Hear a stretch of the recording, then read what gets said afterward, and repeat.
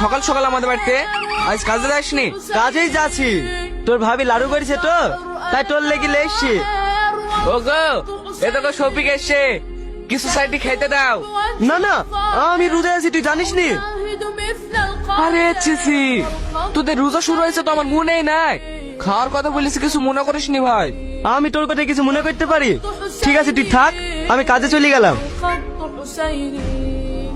শফিক লাড়ু লেসে খাও। কি গো, লাড়ুগুলো ফেলি দিলি কেন? ওই মুসলিমদের হাতে নাড়ু আমি খাবো না। তাই বলে তুমি ফেলি দিবা? ওদের বাড়ি থেকে ছোটবেলা থেকে খাই আমি মানুষ, তুমি না খেলে না আমি খাবো। বাড়িতে আছি। কি ব্যাপার, তুই মাঠ থেকে আসছি নাকি? হ্যাঁ ভাই, তোদের রমজান মাস পড়েছে, তাই গাছ থেকে একটা কাঁঠাল নিয়ে আসলাম। তোর আবার সব কাজে বেশি বেশি, এত ছোট কাঠার পরে কি দরকার? বড় হলে দিতে পারতি। ও গো, লাচ্চাটা রান্না হয়ে গেছে, নির্মলকে খেতে দাও তো। এই এইদিকে শোনো, আমি 5 কেজি লাচ্ছা রান্না করেছি নাকি, তাই ও খেতে দিতে বলছো? ঠিক আছে লে, আমাকে তুই লাচ্চা দিতি, আমার ভাগটা তুই ওকে দে। ঠিক আছে তাই দিচ্ছি, ওকে বসতে বলো। শফিক, তুই হিন্দু হয়ে গেলি না নির্মল মুসলিম হয়ে গেল? এ কোথা কেন বলছেন মোড়ল সাহেব? বলবো না, তোদের যা চলন বলন, তুই যাচ্ছি হিন্দু বাড়িতে, নির্মল আছে তোদের বাড়িতে খেতে, তোদের ব্যাপারটা কি বলতো? মোড়ল সাহেব, ব্যাপার কিছুই না, ও আমার বন্ধু, ও কি আমার বাড়িতে আসতে পারবে না? না যাবে না, আমাদের এই সমাজে একটা নিয়ম আছে, অন্য ধর্মের লোকের সঙ্গে বেশি পীড়িত করা যাবে না।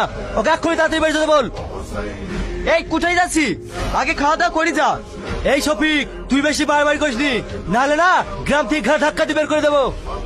না না মোড়ল সাহেব, ওকে বের করবেন না, আমি এক্ষুনি চলে যাচ্ছি।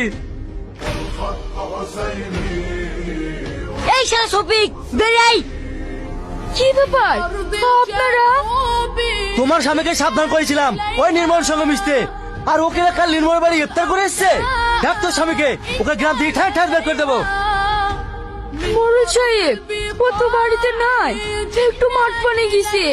মাঠে তো সারা রাত থাকবে না, আসুক তারপর দেখছি। এই চ।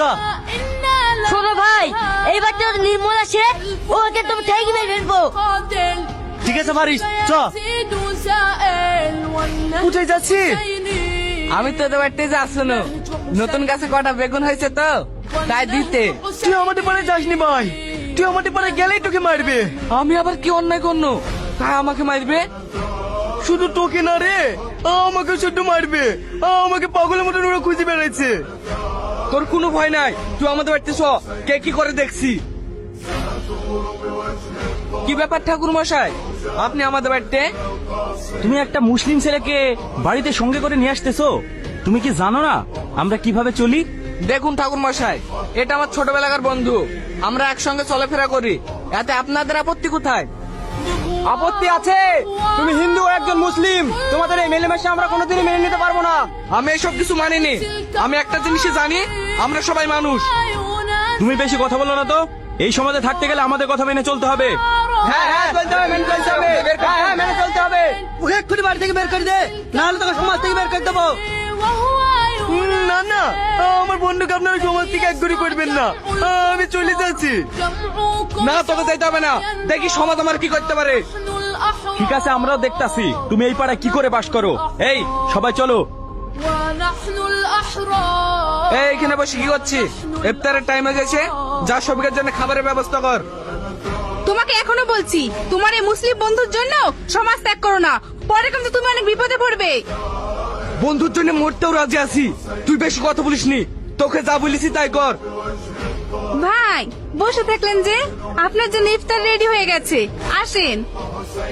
ঠিক আছে আসছি। আপনার জন্য লেবু দিয়ে শরবত করে নিয়ে এসেছি, খেয়ে নিন। কি ব্যাপার, সবকের সাথে এত ভালো ব্যবহার করছে, কোনো জ্ঞান তো নাই তো? ইফতারের টাইম হয়ে গেছে, আপনার ইফতার প্রস্তুত। এই শরবতটা তুই খা, আর তোর শরবতটা আমাকে দে। কেনে রে? আরে দে তো। এই